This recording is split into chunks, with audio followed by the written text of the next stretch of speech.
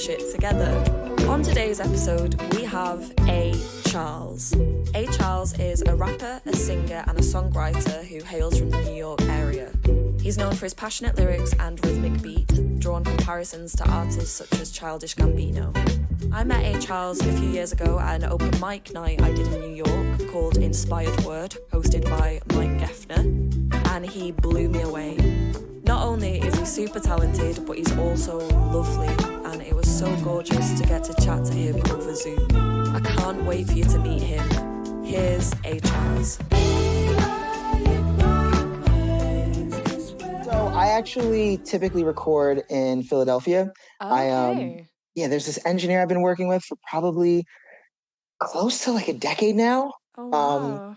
So it's one of those situations I'm trying to teach myself like audio engineering and trying to be more self-sufficient. It's so much, isn't it? It's so much. And it's something that would take me 3 hours, would take him like 15 minutes. Literally. So I'm like, until I get to that learning curve, we'll still have that working relationship. Plus, I don't know, he like adds things I wouldn't think about. We'll be in the middle of a session and like ideas are flowing and like it's kind of collaborative too. So that's cool. Yeah.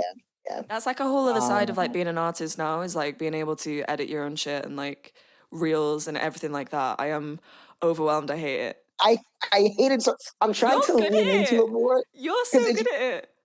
You know what? Okay. Looks can be deceiving, right? I took this year. I'm not going to shoot Instagram versus reality moment. Exactly. Totally Instagram versus reality. I'm not going to pay any more videographers just this year. I want to like teach it to myself so that I can understand the intricacies and like do something if I need to do, but it is not a muscle that I have. Like I don't enjoy video production. Yeah. But I don't know. I'm trying to teach myself a new skill every year. Okay. So it's like, a decade from now, I'll just be this.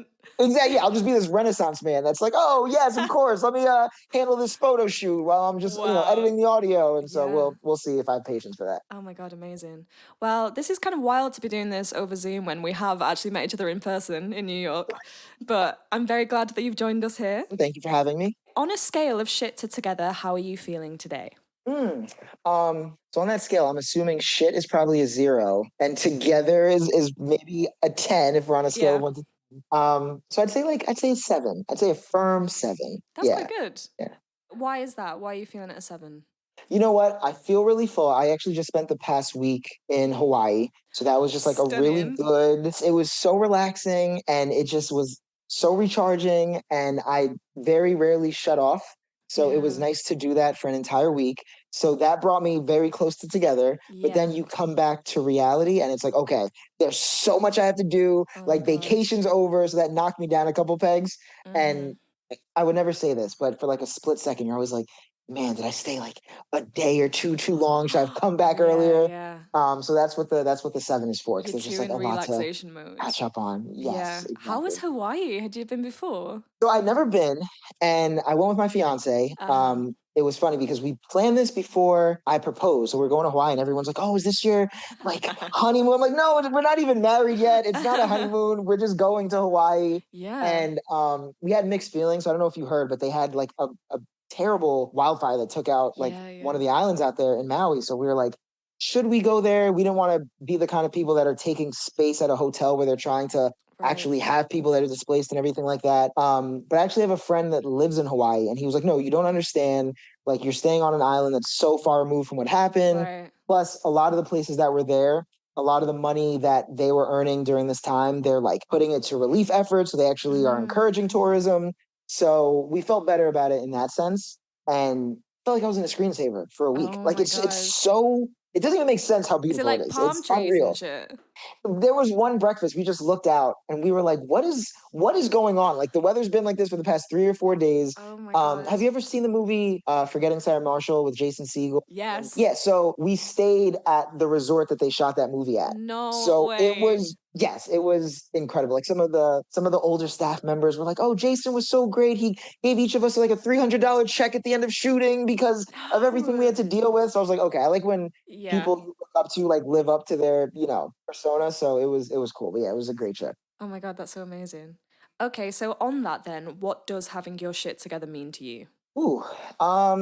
Having my shit together. This is like one of those situations where you use the definition in the response. I feel like but it means having your shit together. Yeah, right. But I feel like it's not worrying about the small shit, you know? Yeah. Like there's, I don't know, there's certain things that should consume your thoughts. Like if you have a relative that is terminally ill, or if you have this decision that you have to make and it could change the trajectory of your career, like that is something that you should really pay a lot of attention to. Yeah. But for instance, me talking about like my to-do list that I have to catch up on, or emails overflowing, or like worrying about how much traffic is going to be somewhere you're going, like all that little shit that just builds anxiety. Yeah. I feel like if you can remove that from your life, those are usually the people who I feel are the most well adjusted and like have their shit together, if that makes sense. Yeah. Like on top of things, kind Exactly. of. It's one or the other, right? It's either very on top of things or just not sweating Or anything. like chill as hell. Yes, Yeah. exactly. Yeah, that would be, I don't know, for me, that's having your shit together. Where do you feel like you're at in your life in terms of that at the moment? Like this could be a cop out answer as well, but I feel like right now is the most I've ever had my shit together. I think so. Congrats. And it's not just because I stayed at like the lavish resort where they shot Forgetting Sarah Marshall. Like that has nothing to do with it at all. It's just I don't want for things as much as I used to. Like there's still a lot I want to accomplish, and I still feel like there's a lot I haven't done. Yeah. And I still am very goal oriented. Yeah. But I don't want for like a lot of materialistic things or certain types of relationships or friendships or whatever the case may be. Like I feel very grounded. So that's amazing. in my 34th year, I think like I Made kind it. of have my shit together. Yeah. Wow. Okay, so to do a little backstory moment. Okay. So we met like 2 years ago in New York. A year ago? Yes. A year Yeah. ago. Yeah. At Parkside. Yeah. Yeah. So it was an open mic that we were Yep. both at. And I remember just thinking that you were amazing. And then I went back to that same one a few months ago for my birthday, actually, and you were there again, and I thought you were amazing again. Oh, my So I gosh. just knew that I really wanted to get you on this podcast because I think you're sick. So when did you move to New York? You're from Philadelphia, right? So I'm actually from New Jersey, like the short town of New Jersey. Okay. And really quickly, I can't let you wax poetically without saying that the feeling is mutual. And it's so funny that I like primarily know you for your poetry when you're also involved in this hit show that I've yet to see. Oh my. So I remember like, I think the first time we met, I put you on my story and I was like, oh man, like met this really dope poet. Like, can't wait till you're back in the US. And people are like, you know, Caitlin O'Reilly, like this is crazy. I was like, and then I did some digging. I was like, oh, she's like it's a big deal. So Oh my God. it's I don't know, it's cool. It's cool to like know a Stop side it. of you that maybe, I don't know, that you don't like shine too much light on all the time. Yeah. But also like equally as dope. So Oh, feeling is thank mutual. you. You are welcome. But yeah, where I'm from. So Yeah. I was born in Brooklyn, and then when I turned a year old, my mom just really wanted to move to the suburbs. She didn't want to raise a family in the city. So there's like this shore area in New Jersey called the Jersey Shore, like a ton of beaches and everything like that. It's a very I've like heard of the TV quiet show. area. Yes. Okay. So yes, to put it in context, I probably lived a good 15, 20 minutes from like where all the shenanigans of the Jersey Shore were going on back in the day. And yeah, that's where I grew up. And then when did you start pursuing music? Ooh, it's a very loaded question, right? Because It is it's a loaded like question. I've gone in. it's always the like when did you start pursuing something versus when did you start taking it seriously, kind of. Yeah.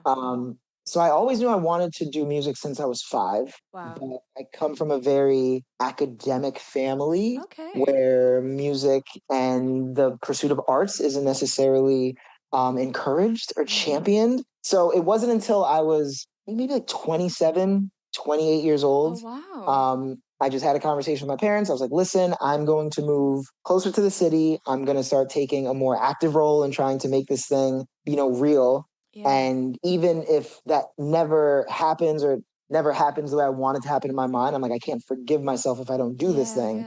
So it's only been for about the past like 5, 6 years. Way. And out of that 5 or 6 years, it's probably only been like 2 or 3 years that I've actually like, you know, pursued it at the clip that I should have. So a late start, but that's kind of, that's how So it what were started. you doing in the interim? Just so much I'm nonsense, literally just Caitlin. using this So podcast as a much way to get to know you better. nonsense. You know what? Exactly. Yeah. That you won't even like ask the normal questions. We'll just have like, tell me about you. just, Tell me more. exactly. Free form interview. I was honestly just a lot of pussyfooting and a lot of stuff that I was doing because I felt like it's what people wanted me to do. Yeah. So I've always loved basketball. I've always loved music. So I like play basketball throughout grade school and middle school and high school.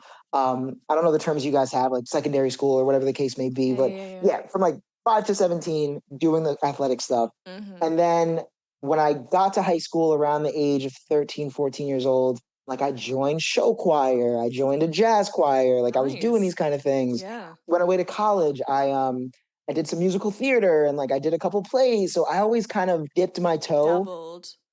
You dabbled. Yes, I always dabbled a little bit, but I never did it to the extent I should have. And I remember I was 21 and I like brought my friends into a room. I was like, hey guys, I know you all know me as like a singer, but I'm actually thinking about like maybe trying to rap. So just let me know what you think about this. And it's something I'd been practicing and rehearsing all summer. And I'd written 3 songs at that point. And one of them was truly trash, like horrible. It was just garbage. Like I did not go 3 for 3. But the other 2 objectively were really good, especially on the curve of like my first batch of songs. So then naturally I just then didn't pursue it for like another decade. Yeah. And then I took like I thought I wanted to be a dentist. So I went to this like med prep program. Oh my God. And then I was like, oh, I want to be a lawyer. So I took the LSAT, which is like the test you have to take in the States to be a lawyer. And I was just doing things to appease other people, knowing all along, I was like, none of this would make me happy. So a lot of wasted time. That's wild. I've lived some life, but a lot of wasted time. Yeah. That is wild. Okay. Before the podcast, we asked you to think of an object that makes you feel like you've got your shit together. You did? Why? What is that? Okay, so this is going to seem very type A. Okay. I'm not this psychotic, but this right here, can't tell if you can see it. There we go, a little close shot there. Yeah. So that is a 100-day goal tracker. Okay. Right? I've never seen so I'm gonna break it down a little bit, like gonna break down why this makes sense. Okay, so I feel like I've always struggled with consistency. So from the outside looking in, people are like, oh no, like Charles is such a hard worker, and I can tell that he really grinds and everything.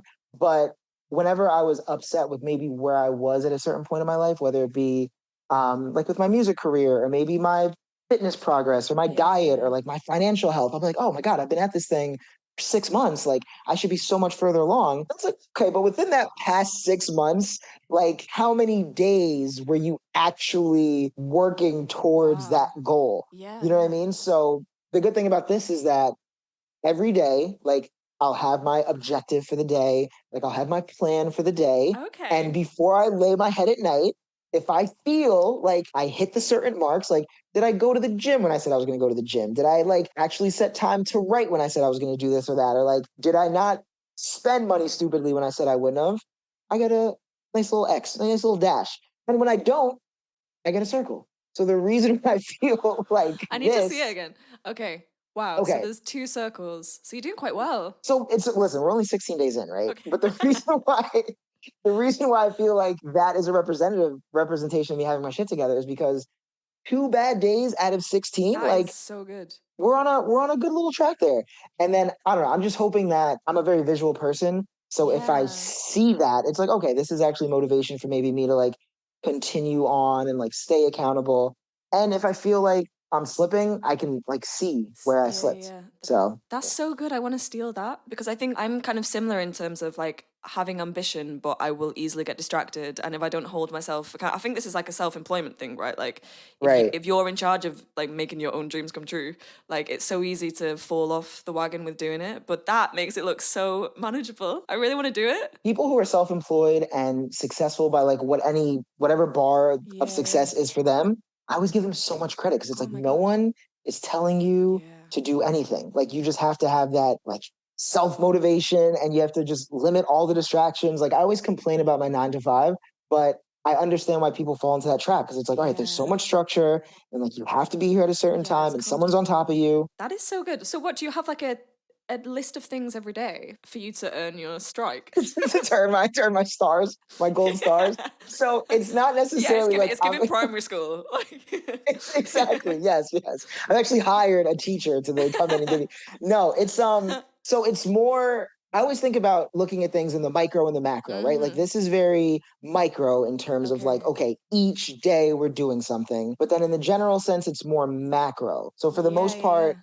like the four pillars of this accountability track thing Yeah. is my diet, like Great. eating clean when I say I'm going to eat clean, Mm-hmm. working out when I say I'm going to work out, working on music when I say I'm going to work on music, Yeah, yeah. and like my financial well-being and like, Mm. like hitting those, like investing when I say I'm going to invest and Yeah, yeah. saving when I say I'm going to save and just not spending stupidly. Mm. So each day looks different because obviously like every day isn't the same, Yeah. but I know when I fall off the wagon, like Yeah. one of the circles I was going to go perform somewhere. It was a showcase and it was very optional, but the time came and I just didn't want to do it. So I just reached Yeah. out to the person. I was like, hey, do you guys have like enough acts? And they're like, yeah, you're fine. Like, we'll get you the next time. And I was like, I should have gone. Like, I should have gone. There's Yeah. no reason for me to not have gone. That was a circle day. It's hard though, isn't it? Because it does take energy to put yourself in a situation where like you've got to perform. And I always feel like once Right. I've done it, I always feel so much better for having done it and I've had a really great night and met great people. But sometimes it's Yeah. like you have to drive yourself to do that, especially if you've not got like an agent or whatever, you know? Oh my goodness. It is so Yeah. true. And especially on the open mic grind, like it is, you're going into a space Mm. where you don't know what you're going to get. You don't know what Yeah. kind of acts are going to be there. You don't know if people are even going to be receptive to what it is that you do. Yeah, yeah. So sometimes you get the sense where it's like, you know what, I'll just wait till I have my own show. And like, I know people are there for me and like, I know they're there to Oh my see God. me and I don't have to worry Yeah. about that. But when you're on the grind, you can't have like those airs about you. No, You know what I no. mean? And also, anytime I haven't wanted to go perform and I've gone, I'm always happy It's afterwards. Like always better. It's always better. always the case. Do you do a lot of like performing at home, or is that something that you only do when you're I only do it in New York. in the No, no, city? no. Yeah, like so I started doing spoken word a year ago at the beginning of last year. And basically I was just like writing these things at home on my own. And then I was like, I want to kind of challenge myself. And what I did was in January, like each week I'd just find a different open mic to go to. Right, But right. it was similar, like, I'd go to, like, I think it was my second open mic that I went to, and everyone was playing an instrument, and it was like a music open Mm, mic. And then I was like, oh my okay. God, I've completely misread this. And then I Right, got right, up in right. this, like, really rowdy pub and did, like, my little poems. And it was, like, I'm sure they loved it. terrifying. Yeah, they did. It Right. was Yeah, of terrifying, course. but I had, like, a great time. But yeah, I always find when I'm in a bit of a bad place, I was thinking about it this week, actually, like, if I'm in a bit of a bad place or if I haven't been gigging for a while, I know it's Right. something that I have to kind of reconnect with because just Mhm. creatively, it's something that I can feel like I've achieved so quickly. Just going to an open mic and just doing a poem. It's like an instant mood booster. And Literally. I'm not going to flip the interview. I promise you this. But I mean, you're an actor, so I know that you performed a ton. I know you performed Yeah, in front of others often, but it's is different. it different when you're performing Yeah. like your own work, Oh, right? It has to be. 100%. I think, yeah, so like at drama school, obviously you're doing scripts and stuff and you're used to performing Mhm. as like someone else. But I actually left drama school with quite low confidence, just because it was quite a brutal process. But what Okay. have found really healing is like writing my own stuff and like getting up in front of people and doing it. And obviously, like at first, it was fucking terrifying because you don't know whether people are going to connect Right, or right. find your joke funny or anything like that. But Yeah. once it started to get better, I've found it like really healing in terms of like my acting as well now, because it's Mm, just you have to be so vulnerable in front of people. So it yeah. helps, and I guess it's like the most naked form, other than being like a stand-up comic, which I just absolutely fills me with fucking dread. I do That's not the know how hardest art people do form that. in the world. Literally, respect to anyone who can do that. But other than that, it's like a very naked thing to just stand up and Mm, like it's just you and your words, isn't it? right. So it's been a really good thing for me as an actor as well, I think. That's Yeah, awesome. Yeah. yeah. Yeah, nobody wants to hear the same joke twice. Stand-up Oh comedy is my the God. hardest thing to do. It Horrendous. has the shortest shelf life. Like, if I have a song that's a hit, I could perform that until I'm 80. And everyone's like, we Literally. want the hit. We want the hit. Stand-up That is comedy, so it's like, true. we heard that your last special. Oh my God. That is so true. It's so Oh, black and white. You're either funny or you're not. And obviously there's like a right. grey area in there, but like if you're Yeah, bad and you're yeah. gonna die and it's awful. No, absolutely not. That is like my idea of hell. It is like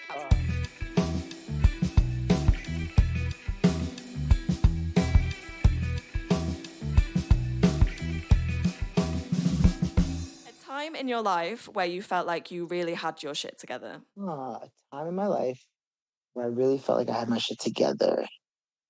Did I answer that yet? What did I say now, right? You kind of did, but we can go back to it. This is the official question of it. The official question. Okay. Yeah. So yes, Now. right now Oh is my when I God. feel that I have my shit most together. Can't Yeah, stop going on about it. I'm just so happy. Life is so great. Yeah, but no, like there's obviously Yeah. things in my life that I want to be better. Yeah. But I remember being younger and just always feeling like I don't want to say less than, but just always like constant comparison, Yeah, yeah. right? Like in school, like, oh, maybe this person is getting better grades or like they're having more success in this arena. Or I'm sure you can feel this way as being like an artist sometimes. Like I always want people to win. And I don't think Yeah, anyone's yeah. success has anything to do with my success. But sometimes you see other people's success and Yeah. it's like, all right, like I'm happy for them, but I Do feel I like want to I'm do in a it? Yes. exactly like, Yeah. but what's going on over here at the moment? Yeah. And then also there have been times in my life where I've just been like flat broke, and just like not knowing how certain things were going to pan out. And then from a relationship standpoint, like I remember when I first moved close to the city, right? Yeah. I feel like everybody has this idea when you're an artist, you move closer to a city, you're like, oh, I'm just going to live in this like artist commune and it's going to be beautiful and it's going to be bohemia. There's going to be Yeah, like yeah, yeah. flash mobs and people dancing in the street and all this kind of stuff. And then the first open mic I went to, like I didn't speak to anyone for 3 hours and I Oh my was just like God. on my own and I couldn't even perform because I didn't even know how like the list worked and it was just terrible. It was miserable. And I'm just like really happy with a lot of the relationships I have and I want more. But yeah, I mean, things will get more together, but this is the Yeah, most I've yeah. had it together in my life, which is kind of cool. That's really cool. Yeah. Yeah. I think that's kind of what we're all aiming for, is that feeling like you've got good connections with people. And I think especially when you're doing open mics and stuff, what I found is just by going, and because everyone's in that space being vulnerable, people kind of want to lift each other up because it's kind of like a mutually beneficial relationship, I think. Yeah, yeah. Yeah. And that's what I keep telling people. I'm like, I understand bearing your soul and bearing your work is one of the hardest things to do. Yeah. And I think they always say like public speaking is one of the scariest things for most people. So that's even coupled on top of sharing your own personal work. But you're walking into environments that couldn't be more supportive. Literally, people are just there to hold you. It's so beautiful. Yes, it's Yeah. so true. And I mean, obviously open mics are all, creative spaces are made equal, but if you are worried about going somewhere to share art, that's like the first place you should go. Yeah. Yeah. It's like my favorite thing to do now. So I think when I came to New York the last time, I was Hmm. kind of in my open mic phase and I was like, oh, I Okay. think I'll just try it. And it was kind of Yeah. terrifying, but it was such a beautiful way to like access a city and like meet people from the city and Yes. like see the art that that city is producing and like talk to Right. people afterwards, because again, like people are really open and interested. And it's now become a thing that I do no matter what city I go to in whatever country, because it's Mm. just such a good way to like meet new people and connect and make Yeah, friends. that was something we always mention like taking open mic road trips. We haven't done it, but just like we'll just like hit Yeah. hotels and just kind of like go down, a coast one weekend and just like kind of do all this type of stuff and make different connections. And I've done it in spot cities here and there, but it would be fun if like, all right, the next like Yeah, 5 days, this is all I'm gonna do. That would be dope. That's yeah. cool that you do that. That's so sick. Yeah. Okay, can you talk about a time in your life where you really didn't have your shit together? Yeah. The summer of 2019. Wow, it's specific. Summer of 2019 Okay. was a bad summer. I did not have my shit together in any capacity. Oh my Like God. everything I just said right Was not now, there. yeah, think about the Yeah. exact opposite. It was the antithesis of Oh my all of God. that. What I was 29 at the time, and the year prior or the fall prior, I had broken up with somebody, and I never really took the time to cope and Yeah. like actually acknowledge the loss. And she didn't pass away, right? But it's just one of those Yeah. But situations it is, where, it's a grieving, isn't it? It's a process that you have to move yes, through. yes, it's like you go from speaking to someone every single day and they're this like big part of your life and Yeah. they're a part of your future. And then out of nowhere, it's just cut off and it's It's done. wild.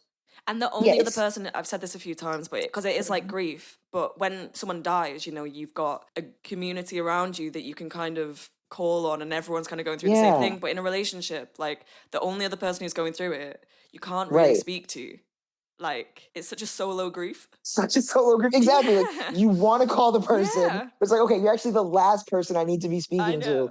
And I think in my situation, the thing that made it 10 times worse is that no one really did anything terrible, right? It wasn't a situation where someone cheated or someone lied or there was this like grand betrayal. It was just something had run its course and then it was over and people were hurt. But yeah, back to that time, I was just being so self-destructive. Like there's this term in New York that people say, they'll be like, oh yeah, I'm outside, I'm outside, I'm outside. And it just means like your social dealings are really heightened. So you're dating a lot more, like you're going out a lot more, you're clubbing a lot more, like there's a lot more late nights. So whenever somebody's like, oh, I'm outside, it's like, okay, I know what this person's doing. They're out. Like I know the kind of night that they're trying to have. So when you amplify that over like a summer, it's just not good. Things were, yes, it was bad. It was very bad.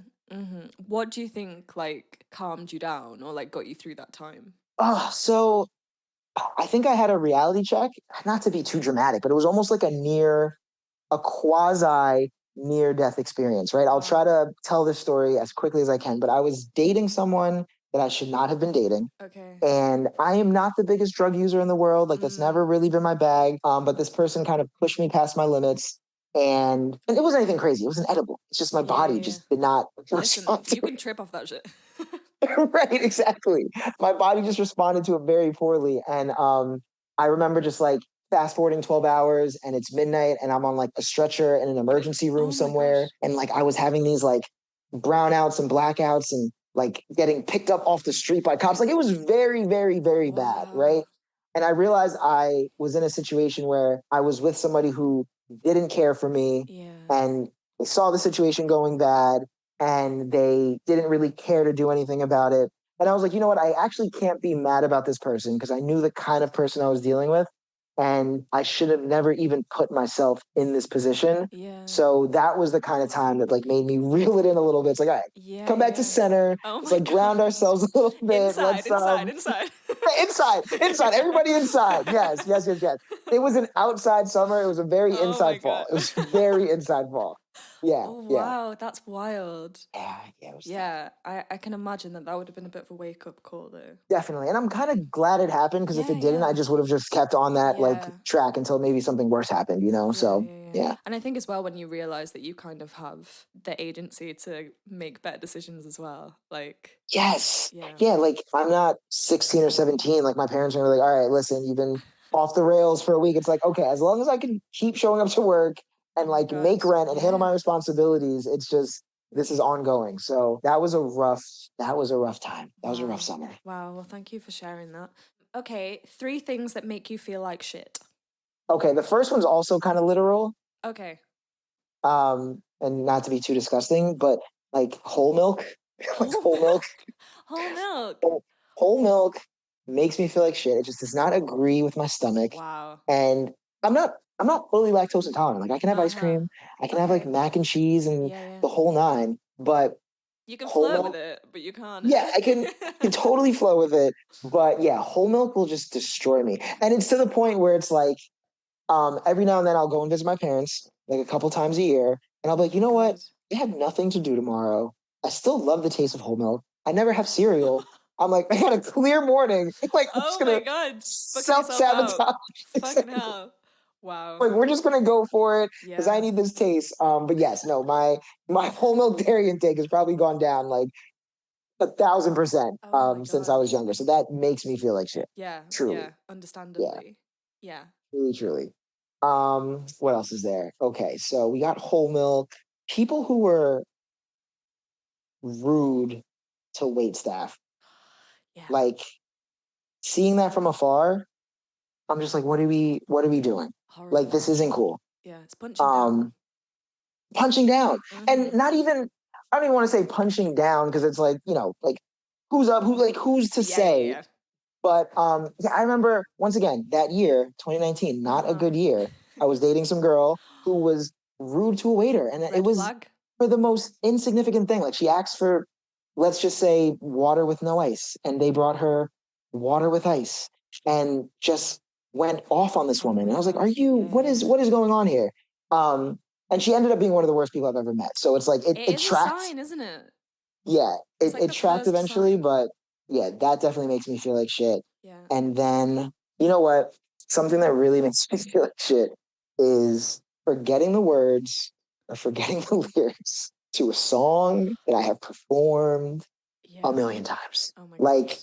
I don't even understand where it's coming from. It's like drying on stage is like painful as hell. And it doesn't matter how supportive people are, like it's like mortifying. Yes. And you know what? It's a trickle down effect, right? Because the second I forget a word, and even if I play it off, I know I forgot that word. So now the entire performance, I'm not even performing. I'm like, you better not let this happen again. Like, it doesn't happen often, right? Like, I will pride myself in the fact, like, I'm pretty polished. I like rehearse often, but I have a terrible memory. So I rehearse my songs every month.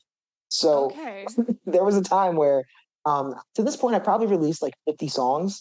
So there was a period where I would rehearse all 50 songs every month. And I was like, okay, buddy, nope. Concert. Exactly. I'm like, you know what? You're not getting booked for a 3-hour set at Coachella. You're not Bruce Springsteen, babe, not yet. Exactly. So we could tail this back. Like, you're not doing a reunion tour where you need to have all the numbers down. So yeah, now I've tailed that number down to like 10 or 15, or if I have like a 30-minute set or something, I'll like really go down on it. But just forgetting the words kills me. Yeah.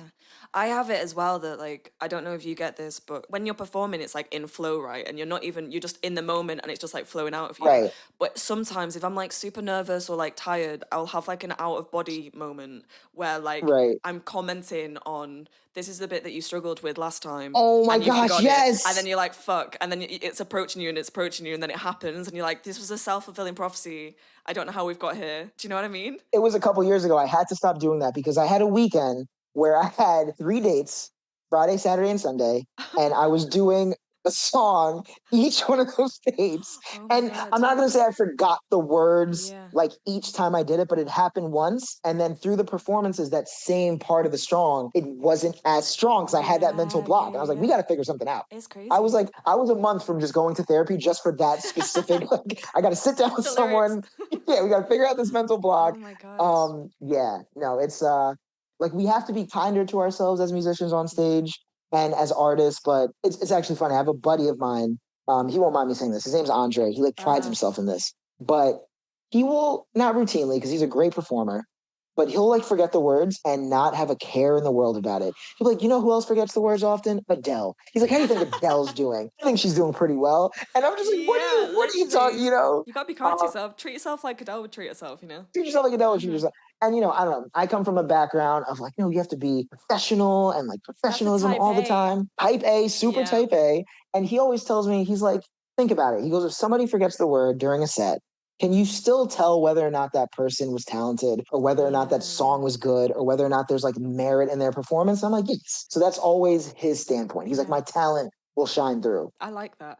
To be fair, I remember when I saw you in July and didn't like the music stopped working like halfway through. Yes. And it was sick. And everyone was just like vibing and it was great. It was like a little acapella moment. Yeah. And it makes it special. Cool. Sometimes when things go wrong, it makes it kind of cooler. Technical difficulties are always cool. I think my thing is, right, like I didn't get mad at the sound guy afterwards. I wasn't like, oh my God, how could you do this?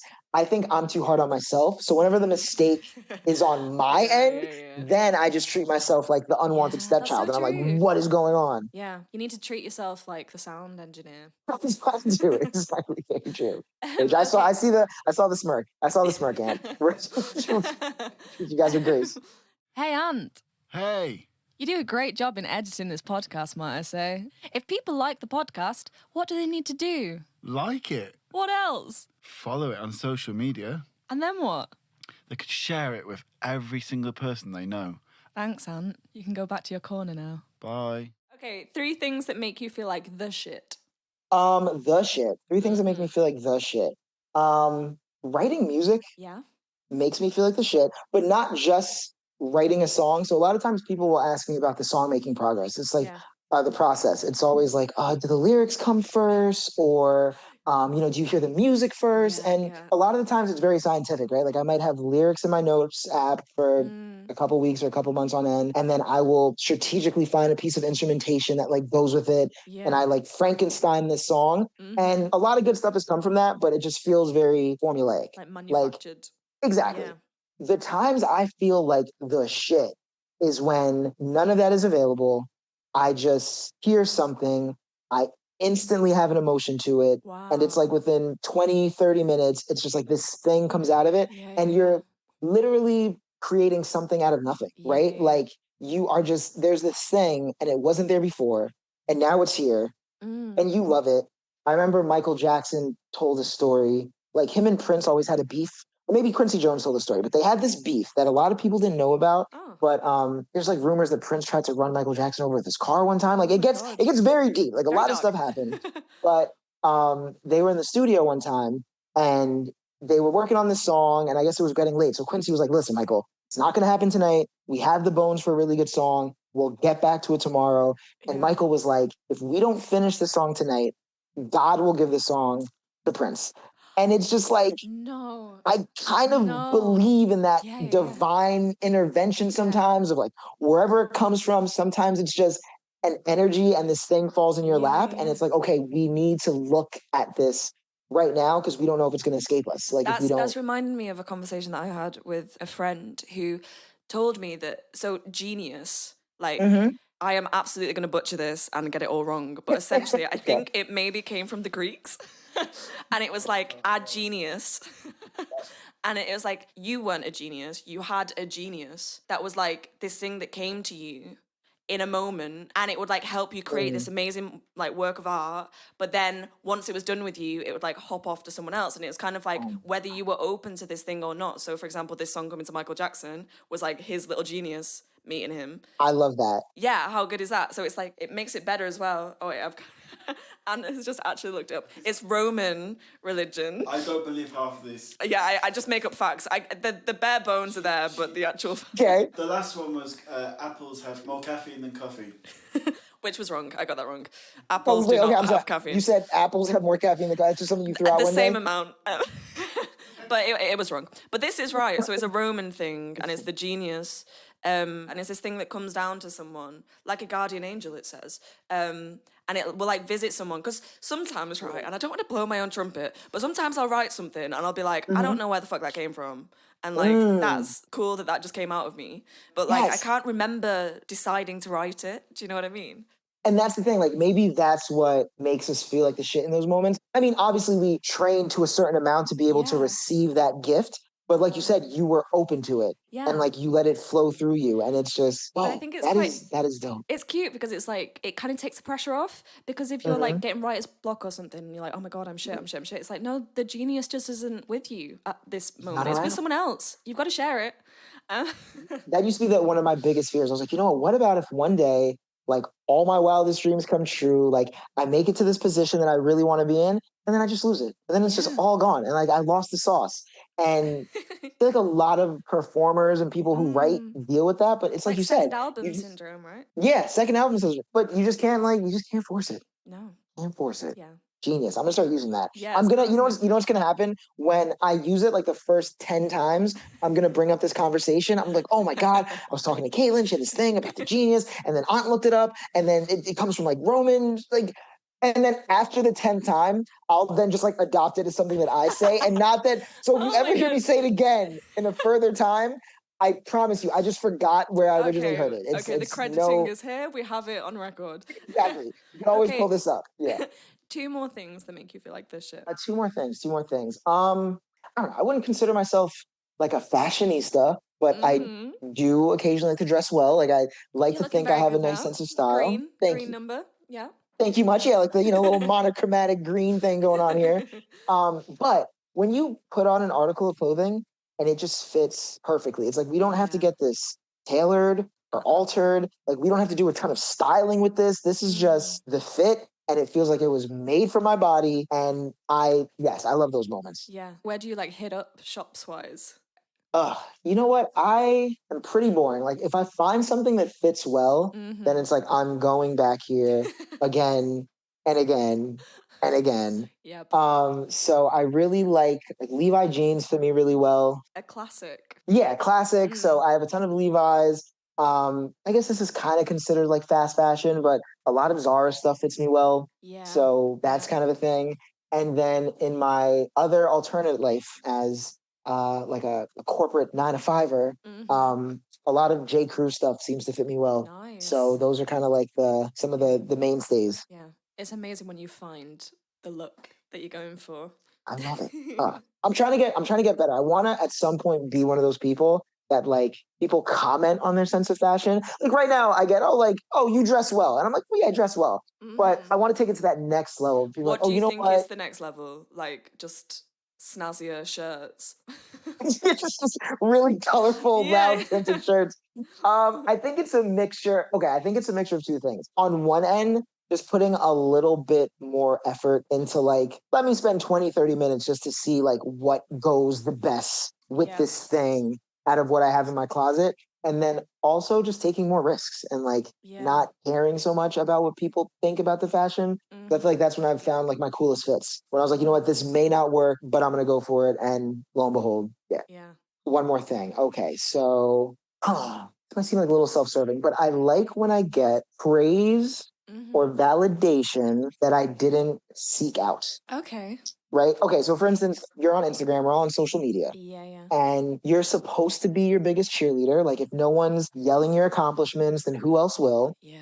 When someone posts something, it's like, I've done this incredible thing, or I've gotten this incredible opportunity. You know you're going to get a bunch of comments about like, oh my God, that was so great. I can't wait. You're amazing. You're great.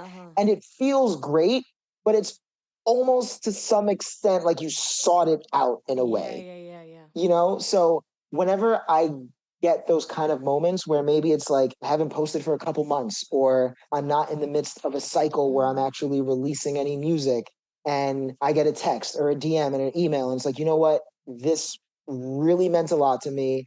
And this thing that you put out into the world affected me this way. And I'm not broadcasting it. Nobody knows about the conversation except for me and that person. Yeah. Like those moments make me feel like the shit because it's just so organic. Yeah. That's amazing. It's reminded me of I was up at Edinburgh Fringe Festival doing a play recently, and this girl came up to, I was in an Indian restaurant, and I was waiting for my food, and this girl came up to me and she was like, are you Caitlin O'Ryan? And we were in Edinburgh, so I was like, okay, maybe. And she was American, I think. Right. And she was like, and yeah, so I was kind of like, well, you know, this is Outlander territory, like maybe it's for that. I don't get recognized often.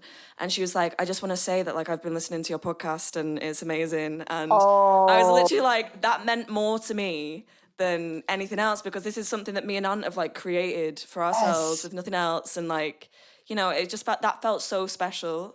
You know, I think exactly what you're saying really, when it's not, because you know, I'll post a reel on Instagram of the podcast and people are like, it's great, blah blah blah, but it means different when you've not gone out and looked for it, you know. And especially in a situation like you just mentioned, you're actually assuming like or anticipating what you thought she was going to say. You're like, oh my gosh, must be a fan of the show, like here we go again. And then it was like your creation that she brought up, and it's just that's dope. Yeah, it was funny because I just released an episode that day, and I think she'd been listening to that one on the journey to Edinburgh. Okay. And she said that she'd like listened to all of them, and then she came to see the play that I was in the next day. It was really, really lovely. Oh, that's awesome. So cool. It's so cool. Oh, well, she has good taste. So, great taste in podcasts. Yeah. Okay. Something that makes you lose your shit in a positive and a negative way. Going to a really good concert. I feel like I'm being so music centric. It's just like the thing I love the most. I think that's even for people who aren't musicians. Going to a concert, there's something about being in that environment when it like pops off. There's like so many elements to it, right? So first, I'm just seeing somebody do what they love, and in a lot of cases, like what they devoted their life to, and then I am then looking at it. I'm like, oh my God, this is real. Like this is something that could potentially happen. You're looking around at the crowd and everything like that. So it's twofold. Like I'm enjoying it from an entertainment perspective, and then I'm enjoying it from just like a hopeful perspective of like my career to hopefully be in a capacity like that. And then like I'll always like quasi feel like shit afterwards because I'll now have no voice. I'll be like on a high after the concert, like but also probably like only really sleep 2 hours. jealous. Yeah. No, not so much jealous. You know what? The jealousy only kicks in if I'm at like an awful concert of like an act I don't know. I'm like, what marketing scheme like got all these people here? Like, how is this happening? Oh my God. But yeah, no, jealousy doesn't creep in. It's just yeah, it's a really good concert. It's just like euphoric. I love So it. what's like the best concert that you've been to? Can you think of one? Okay. There's two that are tied for two. So I'm this might be my type A thing, but things I care about, they're always in like lists, right? So I always have like certain things. If you're like, who are your 5 favorite basketball players? Like I could just hit it right off the top. So the 2 best concerts I've ever been to, I saw J. Cole back in 2014 when he released his 2014 Forest Hills Drive show. And it was just like, he didn't have his band on stage. There were like no backup dancers. It was just like him and the crowd. And I had never seen somebody have so much command over that many people with like, not just how great the music was, but like the inflection in his voice and his breath control, like his performance. It's probably so much better now, but I was in awe. And a lot of times rap concerts have a bad rap for, no pun intended, for just being like low quality in terms of like the audio or the performance or like people not really caring. But that show was phenomenal. Wow. And then maybe around that same time, I saw Haim. I don't know if you're love Haim. Love Haim. Love So Haim. I good. saw them like before they really blew up. There's this venue in New York called Terminal 5. Definitely fits over 1,000 people, but it's smaller compared to like the arenas.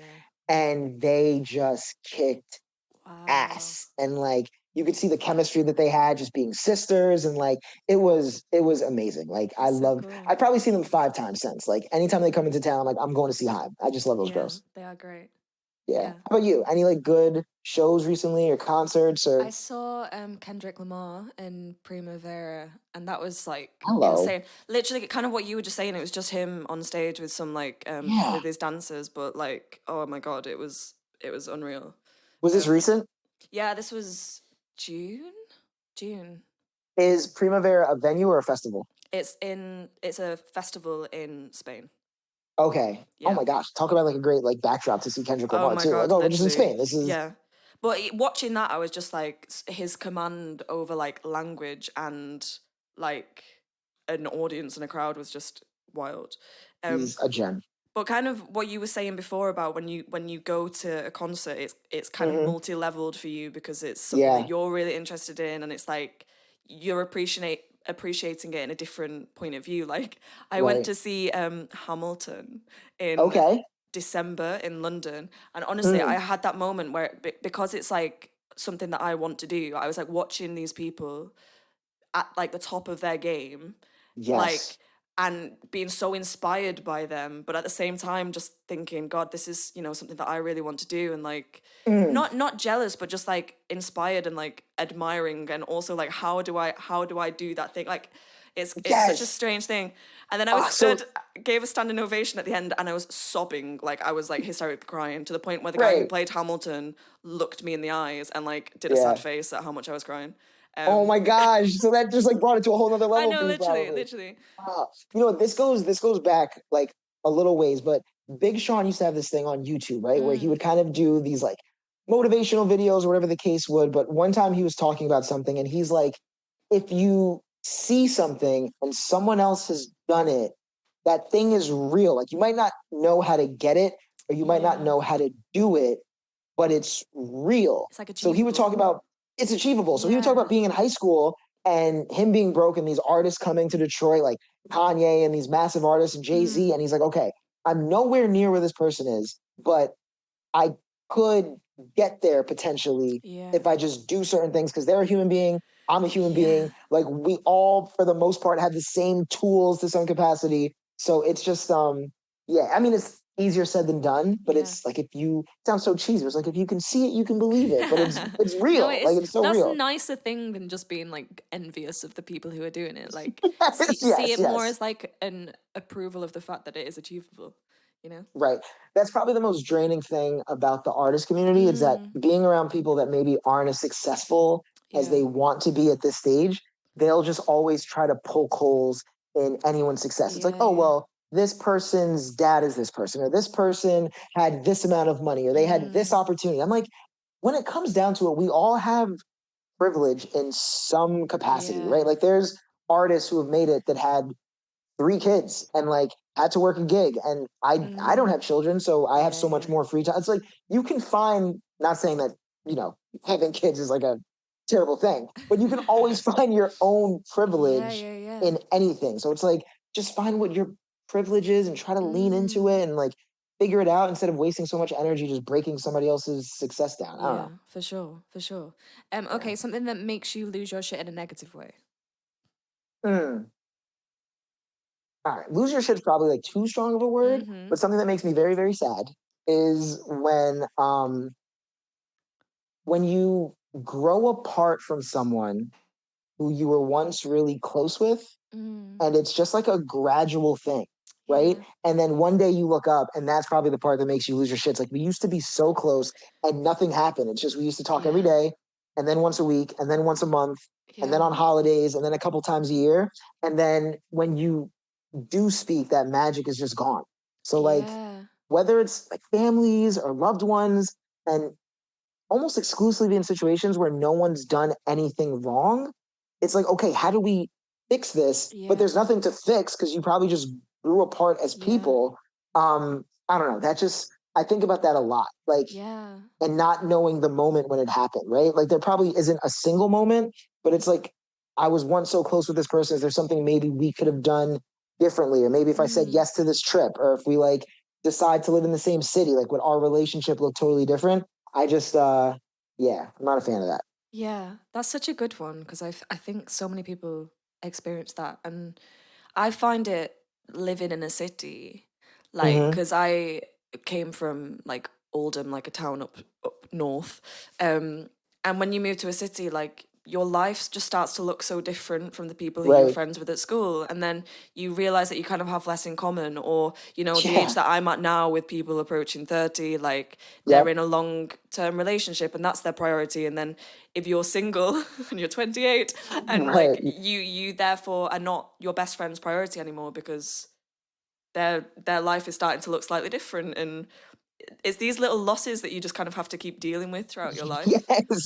And you know what it is? It doesn't even have to be the amount of time that you speak with them. Because I have some people in my life where I can speak with them once a year, literally. And it's like we haven't missed a beat. So it's like I know the connection is still there, even though we don't speak often. But conversely, sometimes the people that you know the connection isn't there, you can try to revive it. And it's like this is just like there's no spark here. It's over. You just gotta let it go. Just gotta let it go. It's hard, Caitlin. It's tough.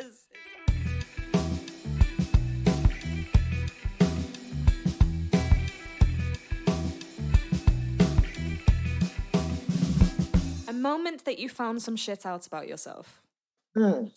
Oh, this is going way back. So when I was 22, I was just a young pup in college.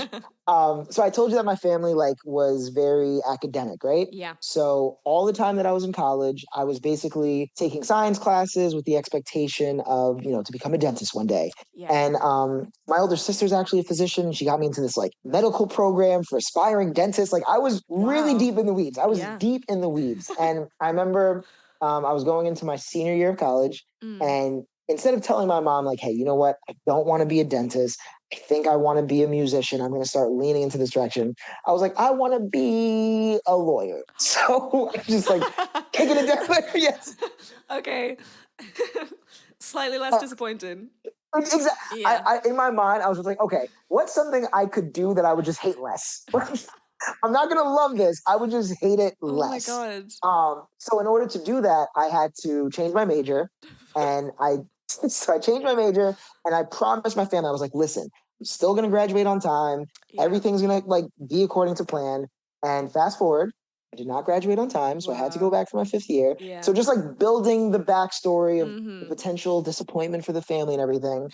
So I show up to campus, and I had this grant money, right? Where basically if I kept my GPA or like my grade point average above a certain mark, I would get a stipend, for lack of a better term, which would cover food, which would cover expenses. And at the end of every year, I always had surplus. So it basically just covered me all throughout school and a very like cushy college existence. I didn't have to worry for much. And I show up on the first day and they're like, yeah, so this grant was for 4 years. This wasn't a 5-year grant. Oh So my you don't God. have this money. And I was like, okay. I was like, cool. I'm like, I have no issue with like hard work. Let me Yeah. find a job on campus. School had already started. There were just like no available jobs on campus, right? And it was like, cool, you know what? I've worked all summer. So I have money saved up. Yeah. But my girlfriend, who is now my ex, at the time, she graduated before me, and I decided it would be a smart idea to like spend a couple weekends with her. So all the money that I had saved over the summer had spent towards that. 'Cause I'm like, oh, I got grant money coming in. Yeah. So for the first time in my life, I was like, I am flat broke. Like I have no money for food or anything. And I came from, my family wasn't well off, but it was definitely like middle class. Like I never grew up wanting for anything. So if I called my parents and I was like, hey, I just need a couple hundred or a couple $1,000s to get me by for the next couple months, they would have been fine. But at that point, I had disappointed them so gravely that I was like, you know what? I'm not going to ask anyone for anything. Wow. I'm just going to grind it out. There was one time my mom like came to visit me and she thought I was like lying about being sick because I'd like lost so much weight and there was no food in my apartment. No. And I was like, no, I'm fine. Like I was so prideful. I was just like a dumb 22-year-old, but I would never want to go back to that time. But it taught me that like if my back is against the wall, I could survive. So Right? what Because did like you do if you couldn't get a job? okay, so I couldn't get a job. I didn't have a car, and like this wasn't a very city type area, so it's not like I could walk to jobs and stuff. So I never did anything outright illegal, right? I would just kind of do like a little like sneaky type thing. So I had been going to the school for 4 years, so I knew a lot of the people that worked in the school's cafeteria, right? So a lot of the times I would like see the employees, and you're supposed to walk through like a certain door where you either have to pay or swipe a card. Yeah. And I would just walk through like another door, and they would just kind of give me like a little wink and let me do my thing. But I never want to mess up anybody else's situation. So there'd be times where I would like walk and I'd be like, oh, that person's manager is clearly standing right behind them. And if I just like walk into this cafeteria without them charging me, I'm going to ruin like their situation. Yeah. So I would turn away and I'd be like, okay, it's 3 p.m. and I haven't eaten yet today. Oh my God. There's a friend of mine, his name's Kevin. He really, it was the second semester of that year and he somehow just caught wind. Like I didn't bring it up to him. He just kind of started piecing certain things together. And he was like, yeah, he's like, this isn't going to happen anymore. He like really looked out for me. Amazing. So yeah, he helped me like sustain. And then all like, I'm still a hustler. So I found ways to like make money online and to do certain things. But that year was not easy. Wow. That was tough. Yeah. Oh my God. But I live to tell the story. Yeah, So well I know, done. yeah. Hope to never be in that situation again, but I could do it if I had to. Yeah. Okay. Yeah. Shittest piece of advice you received? Kind of like the play it safe or like do something that's secure kind of advice because God, it sounds corny, but like we only live once. Yeah. So YOLO. you should do YOLO. So you should do exactly what it is that you want to do, right? And I don't know, like I understand where my parents are coming from. So I was born in Brooklyn, but my parents are actually from Haiti. So they weren't born in the States. They came to America when they were like 18, 19 years old. So it's like, all right, you don't speak the language and you don't have any connections in this new land. You're going to find the most secure jobs possible to make sure that you can provide for your family, which they did. Yeah. So then you have kids, and it's like, what kind of advice am I going to give my children? Like, I'm not going to give them advice to chase your dreams when you don't have a safety net. It's like, do what you have to do and like do something that's sustainable and just take it from there. But the reason why I think that is such shitty advice, right, is because guess what? If I like started doing music when I was 5, right? I'm not saying I would have been Jay-Z or Drake or like Taylor Swift or, the biggest act in the world, but entrenching myself in that world for so long, maybe I would have been great at audio engineering, right? And like I own a studio and like I can do sessions for other artists. And maybe it's not the exact thing that I want to do, but I could still sustain a life in that world. So I don't know. I just sometimes I feel like people think things are feast or famine, right? Like even in acting, right? Some people probably are wildly successful. And then some people who are play actors and they make a living doing that and they like love it and they're doing it's what like they love. minimum wage. It's like there's such disparity between how much people earn in these careers.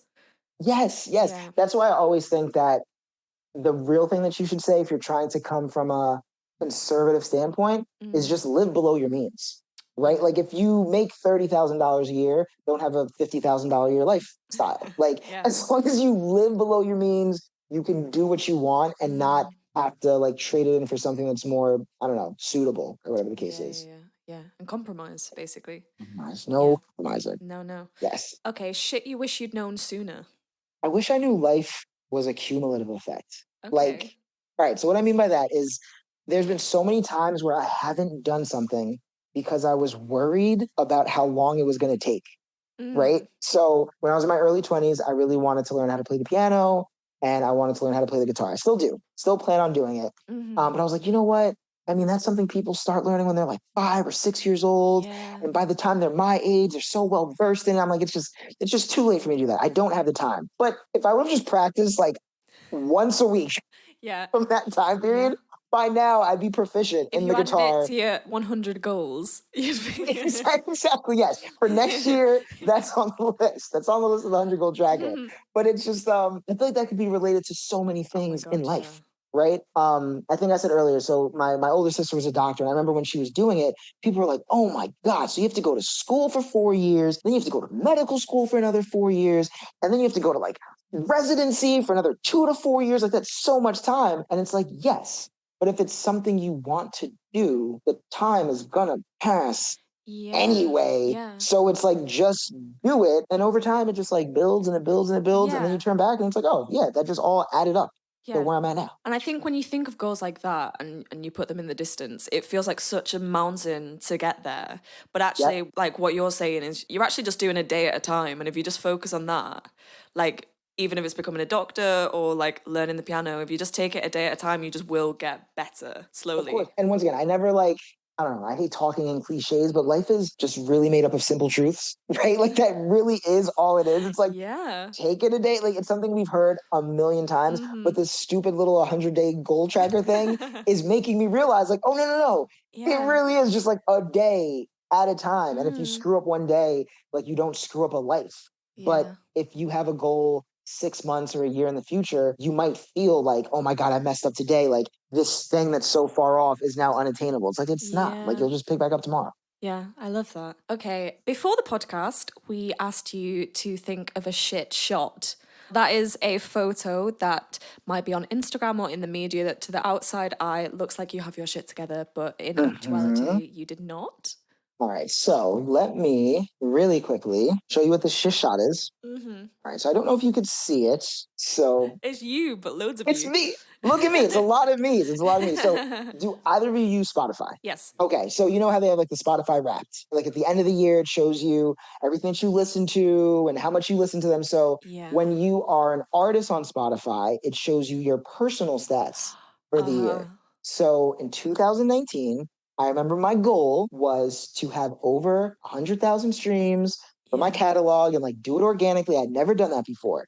And that year, I had over 200,000 streams, right? So I was just like really feeling myself. I posted it. It's kind of what we said earlier. Like I knew I was going to get all the love and everyone's like, oh my God, you did it, this, that, and the third. But I was reeling and I was probably in like the worst place of my life. But 2019 was like some good days, a lot of bad days.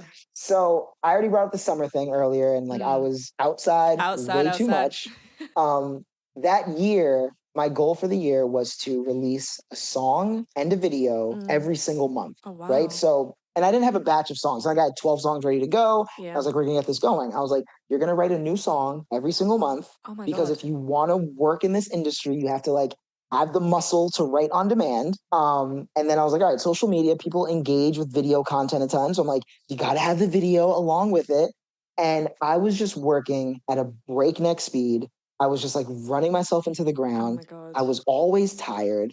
I was always broke because once again, I was outside just running around. I'm dating, I'm going out every night, I'm spending a ton of money. I'm also like spending a ton of money on like production and different music stuff. And just like there were months where I was like, how am I going to make rent? I'm like, we'll figure it out later. Like we have to just write the song and get this done. I mentioned that I hadn't totally coped with like the breakup that I had gone through. So I was just like kind of doing that to push the pain to the side. So from the outside looking in, I was like, damn, this kid said he was going to do something and he did it. And on paper, he had his most successful year to date. and I was like, I was a wreck. I was just in such a bad place. Yeah, it's like burning the candle at both ends, right? Like, Yes, but yeah. like both ends, and then there's like also a flame in the middle. It's just setting yourself on fire, basically, for the. just setting myself on fire. Oh my God, I remember that December, like when I put out the last song and the last video, and I just like felt like a marathon runner who like runs across, just collapses. Oh my Yeah, God. that was a lot. It was a lot. That's chaos. Yeah. It was fun. And once again, it's one of those things too where it's like, now I know I can do it. If need be, like if I have to go back to that, I can. It's not a sustainable model, but like it is something I could do if I had to. Yeah. Oh my God. 2019. That was a tough one. Okay, so Charles. Yes. Have you got your shit together? According to the tracker, day 16, yes. It's looking good. But my life is more than 16 days. So I'd say overall, no. But that's like, it's like the pursuit, right? Like it wouldn't be fun if I woke up every day and it's like, oh my God, everything is just set. Like my life is where it needs to be. There's nothing else that I have to do or like try to, like no holes I have to patch in. So like my shit is way more together now than it has been at any other point in my life. But I still don't think I have my shit together. Okay, that's good. Yeah. Thank you so much for coming on the podcast. Thank you so much for having me. This was so wonderful. Yay. Enjoyed it so much.